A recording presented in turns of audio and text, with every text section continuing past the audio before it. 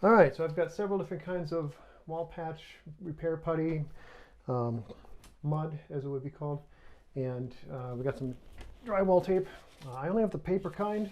Usually for these kind of patches, I like to use the fiber tape because it's self-adhesive. It sticks to the wall and you can mud right over it. It's great, but I don't have any of that right now, so I'm going to use the paper tape that I have. We've got a 20-minute mud. It's a dry mix. You mix with water as needed. As the 20 would indicate the number of minutes you have for working time. So if you mix this up, you have 20 minutes and it's done. And it's a chemical reaction kind of like concrete. So the warmer it is, the faster it's going to go. And then I've just got a bucket of pre-mixed mud here. This one does not cure like that. This one dries over time. It'll take hours. So this is usually used for finishing coat, or if you're going to use it, you put it on and walk away for a day and then come back to the next coat. So we're going to use both, and I'll show you how and what to do. So you're going to need a few tools. We've got a mixing pan or a tray. This is what you keep your mud in. It's got some great metal edges here where you can scrape your knife off on and be able to clean, and it makes it a handy tool for having mud in hand at your patch. And then I've got a variety of different sized drywall knives. Usually the 4-inch is what we start with. It's also the tool I'm going to use for patching. As we're smoothing and expanding our patch, we'll use the 6-inch, and then we'll move up to the 12-inch for our finish. So we're going to start out. We don't need a whole ton of this, so don't rip the whole bag open. It's nicer if you keep it just like a little pour spout.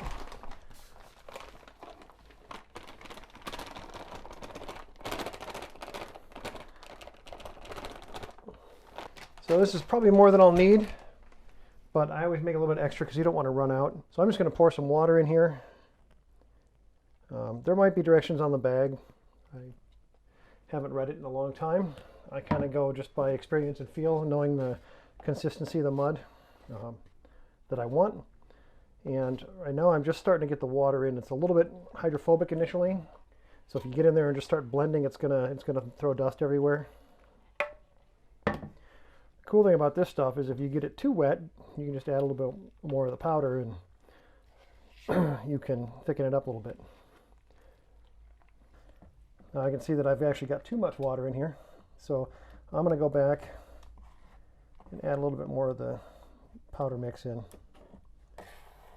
This is where those metal edges come in. Looks great.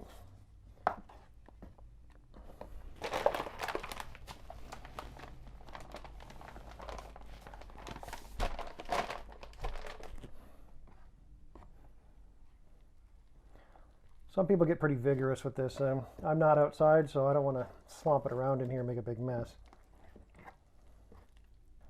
Mixing time has a lot to do with its curing time as well. If you sit here and mix this for 10 minutes, you're going to run out of time.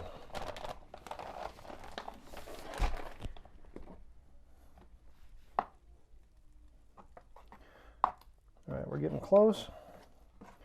This is a nice smooth consistency, maybe for doing a finishing coat. I want this a little bit thicker for the initial coat because we were going to pack it into some of these gaps and fill them. So I want it to be a little bit more clay-like initially.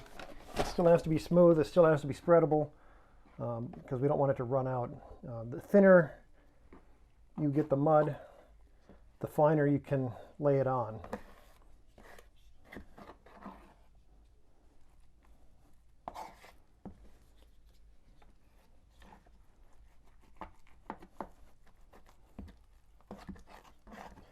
There, now we're getting to get a nice texture.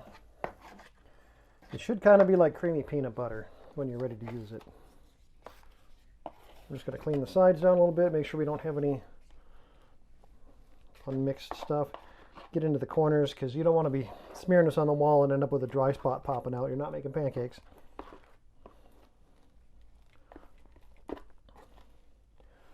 It can be a little bit lumpy, and that's okay. Try to get it as smooth as you can. All right, so nice and stiff. So we've got these wide spots. We're going to get some mud in there first, and then we're going to put our paper on, and then we're going to smooth over it, and that will be our initial patch. So I got a drop down here. We're gonna make sure that we keep the floor covered because getting mud back off the floor is not as much fun. Trying to get back.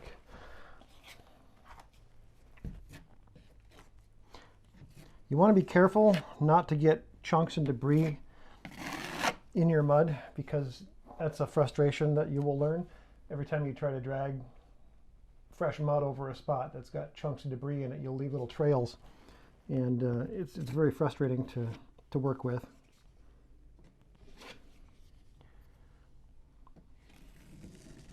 If you think you've got debris, scrape it off. So I'm just going to use this piece of drywall to get rid of the stuff I don't want. You can scrape it into a trash can, scrape it into a bucket. If you're outside, or if you don't care about your drop, you can scrape it off of the floor. But if you step in it, you're going to track it everywhere, so be careful.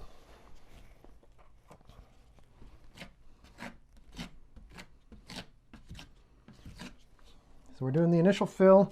We want to get enough on there so when we lay our paper tape on, it sticks to the wall.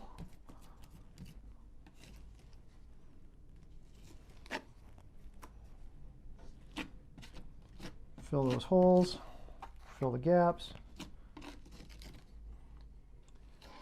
We're not worried about how much is on here at the moment because, like I said, we're going to put the tape on. There's a chunk already. And then we're going to smooth it out.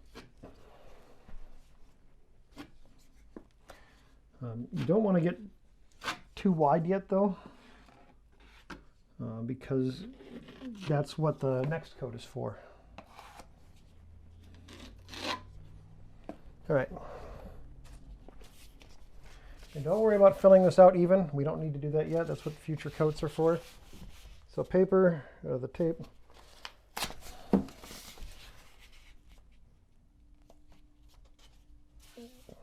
Lightly lay it on there. Okay, paper tape is going to be a little bit tricky because it is paper. So you need a little bit of mud on top to be able to smooth it out. Otherwise, you'll just drag the paper. So once you get it covered in mud, then you can squeegee it. And again, don't worry about having this perfect because this is the first coat. We're going to do possibly 3, hopefully 2. If you need to do more coats, you can. But each coat takes time. I'm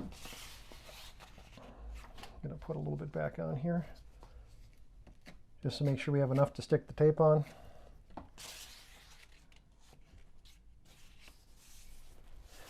And I'm sure a drywall contractor could do this faster and better, but we're not drywall contractors, are we? We're doing it ourselves.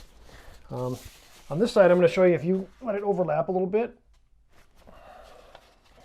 At the bottom, you come in with your knife after it's dry, and you can trim that off flush. That way you'll have a nice clean cut, as opposed to over here where I had a little bit of a jagged cut. So, some mud on there, stick that down. So this spot right here, got to make sure there's mud behind there. If it's dry, it's not going to stick and you're going to have a bubble. And that will be a frustration later on. I think we got a little bit of a dry spot here too. So you want to make sure there's mud under your tape. So if you notice when you drag it on the plaster wall, it's maybe got a sanded paint or sanded finish. That was something they did back in the day. You'll find it in a lot of plaster walls where it's really rough. They actually put sand in the paint, and it's probably what we'll have to do to make this match. But it makes it very hard to get a clean patch line, which is okay because when we sand it, that sand will start to pop back out again. But we're going to try to get as smooth of a line as we can on the inside. Now we want to get kind of a squeegee action, like I said, because we want to get any of the excess mud out from under the tape. Otherwise it'll stay puffy. And you want to be careful not to overwork it because as the paper tape becomes saturated, it will easily tear and deform. So the whole point here is to get the tape stuck to the wall and to fill the gaps with the initial coat. We're not going to get it smooth. We're not going to get it perfect here. And we're not really worried about lines or raised portions of mud. We just want to make sure we don't have too much on the wall and that everything is in place. All right, we're going to put the outlet back in so we can turn the power back on for the evening, and we'll continue with the wall patch tomorrow. So here's my GFCI receptacle. So a GFCI protects you against electrocution. It's great for an ungrounded outlet scenario because you can have a 3-prong outlet that is ungrounded as long as it's GFCI. Really quick on the back, I want to show you there's a wire stripping guide. That shows you how far back to strip the wire, and we can use that. There's these little holes in the back that secure with the terminal screws. Some cheaper versions of the outlet just have a little pin in there that helps hold it in place. I don't really like those as they can have a poor connection, but the ones where the terminals tighten it down are fine. So that's the method we're going to use today. So we're going to pull the wires back out.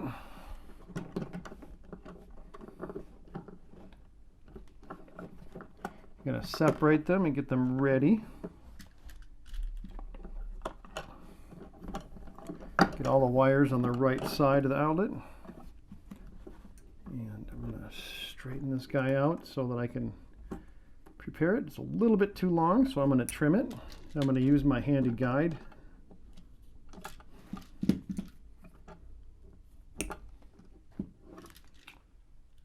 All right, so once again, when wiring an outlet, it's always black or hot to copper, neutral to silver. And we do have a ground. The ground is just going into the other outlet box. It's not actually connected. So we're not going to cut this off. We're going to fold it up and we're just going to push it back to the back of the outlet, to the box. In case someday in the future this outlet has a new wire run to it, then we can make use of that ground wire. But in the meantime, we're going to push it out of the way.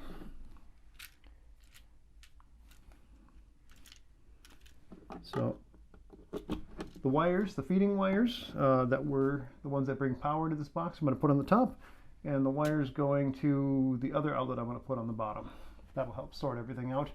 You don't want to mix those up. So feed wires in, load wires going out.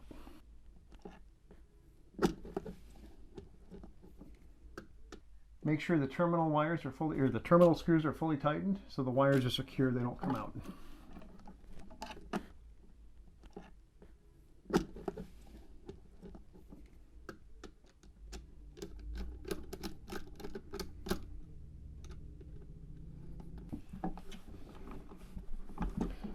Bend these back a little bit.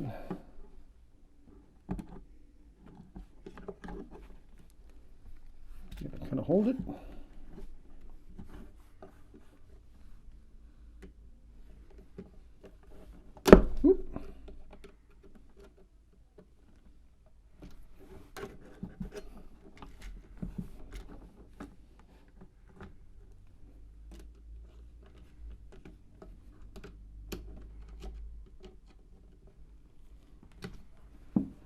All right, now we want to fold these wires up a little bit so that the outlet will go into the wall. Be gentle with the older wires because sometimes that insulation can crack and break. This stuff wasn't too bad, but we still want to be gentle.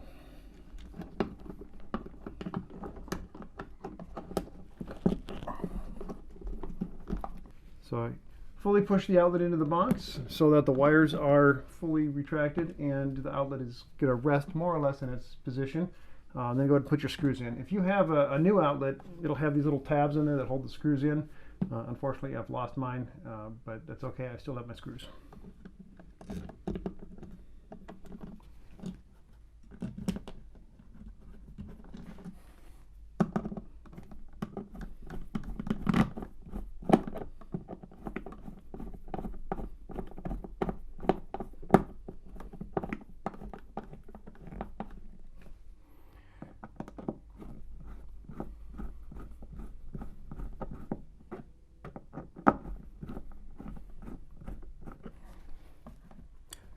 Now there is a slotted tab here where the screw goes through. I like to make sure it's centered.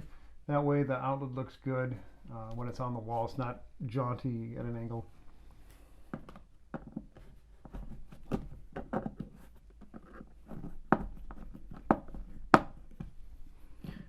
we won't be able to reset it until the power's back on. And we're working on an active wall repair. We're going to put tape over it right now to protect the outlet. We don't want to get mud in there. We don't want to get paint in there. So that'll keep it pristine and clean until we're ready for it. All right, so now we're ready to do round 2, or put our second coat of mud on. We are again going to be using the 20-minute mud. It says Easy Sand. I believe that's a brand name. It's not the truth. This fast dry mud is actually kind of hard to sand, so we want to try to do as little sanding in this as possible. All right, we're going to use our putty knife, and we're just going to scrape down any chunks or ridges.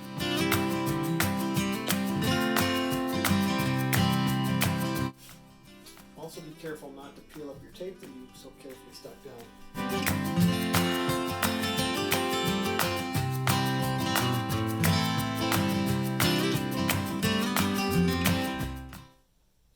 Alright, so if you do get some on the baseboard, it comes off very easily with water and a sponge, so don't worry about scraping that clean right now. Alright, since we don't have to do a thick, super sticky build coat this time, we can use this mud a little bit looser. So I'm going to use the 4-inch knife to just stick it on the wall, and I'm going to smooth it with the 6-inch knife.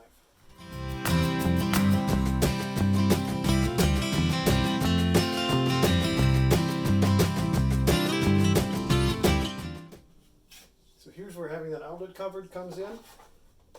Want to make sure we don't get any mud in that outlet. What we're going to do is, if this is the patch, it's got kind of a ridge to it, we want to feather it out. So we want to put one part of the knife on the high point and the other part on the wall. So when you drag it out, all this stuff gets filled in and you get a nice feathered edge, and you do both sides of that. So you're coming together in a taper.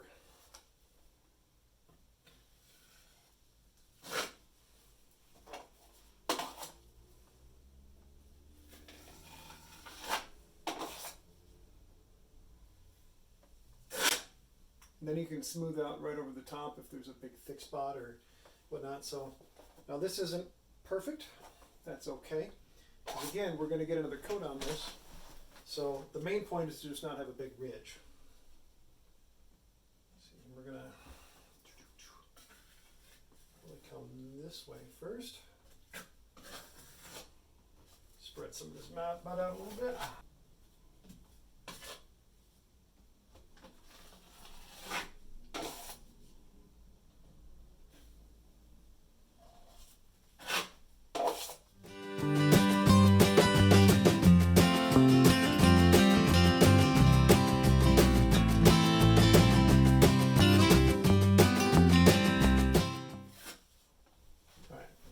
So that last part that I did, it's probably one stroke too many. Now it's a little bit broken up here. I got to put a little bit more mud back on the wall. It's one of the problems that I have is I'm a perfectionist, so I try to get it perfect, and you really don't need to. When you think it's looking pretty good, that's when you stop. You don't try to fix that one last little thing, because then you make a mess out of it and you got to start over.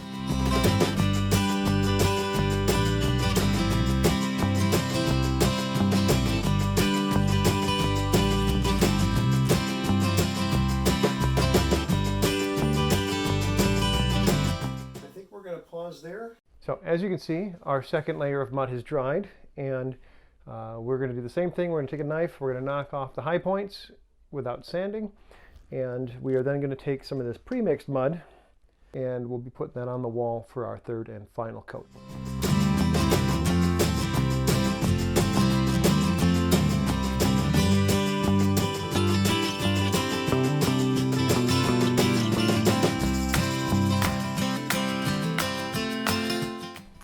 Any ridges or high points, like I said, it's important to scrape down now so that they don't make your knife hop.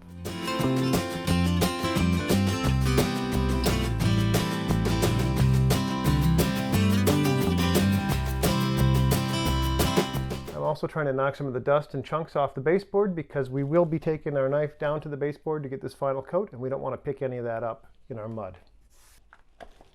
Now you can see I've got a nice creamy texture. If it's too thick, it'll be hard to work on the wall, but if it's too thin, it's not going to stay where you put it. And I'm actually going to use the slightly larger 6-inch knife to apply it to the wall, and then I'm going to smooth it with the 12-inch knife.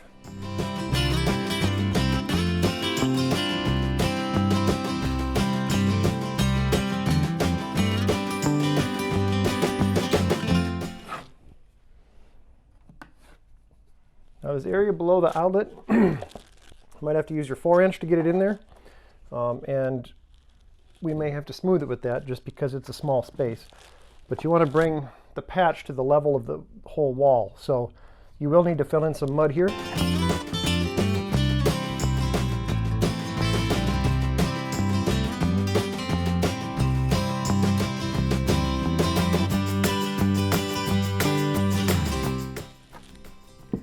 Alright, this is one of those spots where I caught something and I dragged it through.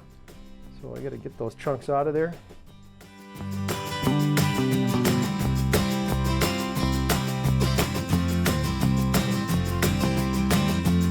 Alright, so now we go on to our 12-inch.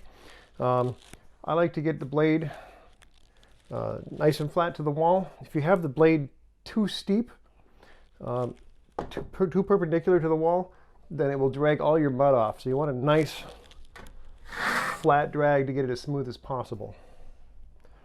And again, remember how in the first two we have our patch in the center where the tape is. You want to go on either side of it so you kind of ferret out. If you go right on the top of it, you're going to drag all the mud off the top.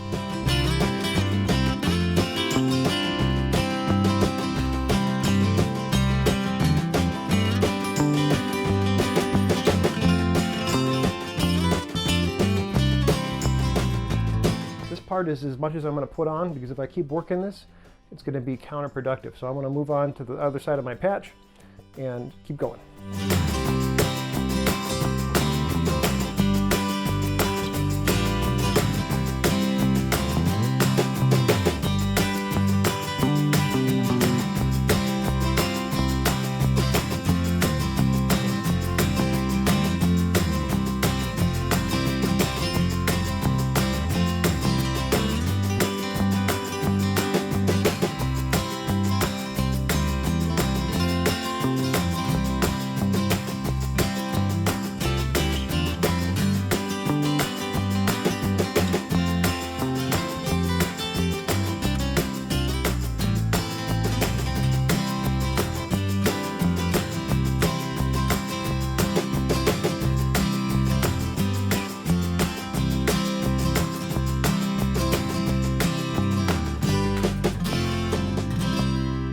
So that part actually worked out great. It fared out really nice. That'll sand out really nice.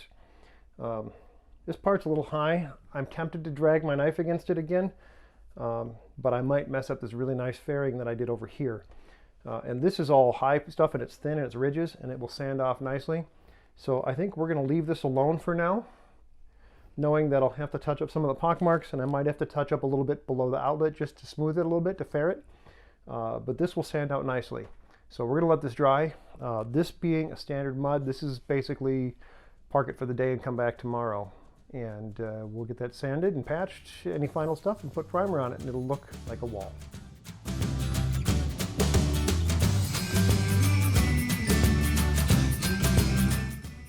I'm rambling. And my foot is cramping.